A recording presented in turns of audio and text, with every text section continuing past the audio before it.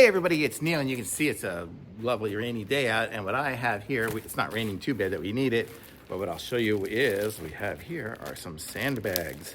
So this is I think it's 20 pack of them, so they are kind of like fabric-y kind of things here. Let's just open one up. I think that's what it said. 20 pieces, so let's open this up. This is gonna be several of them. So this is what they look like. So this is your traditional sandbag here, and you have the ability to open it up at some place. Where's it opening? I guess it's gonna open at this end here.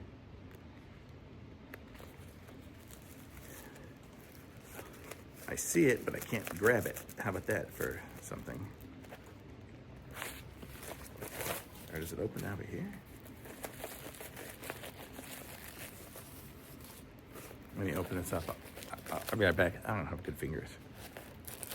Oh, there we go. Sorry, I just couldn't get it open. As you can see, this is the sandbag here. So you can fill this puppy up with sand and lay it down, and it'll be a nice big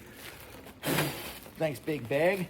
And you can tie them up or whatever you need to do on the ends here to do that. And look at that, you have a nice sandbag. How cool. So it's got a nice 20 pack. So if it starts to flood and we start getting water coming in here, we can quickly fill these up. We have some sand over on the side and just be ready to go. So these are super cool.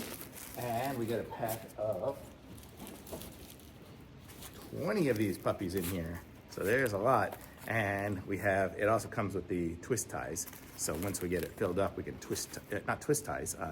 zip ties. We can zip tie the ends of them to make them stay. So super cool, super easy. Definitely handy to have if you're in a rainy place that might flood.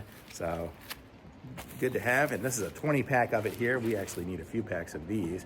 So they're good. Thumbs up.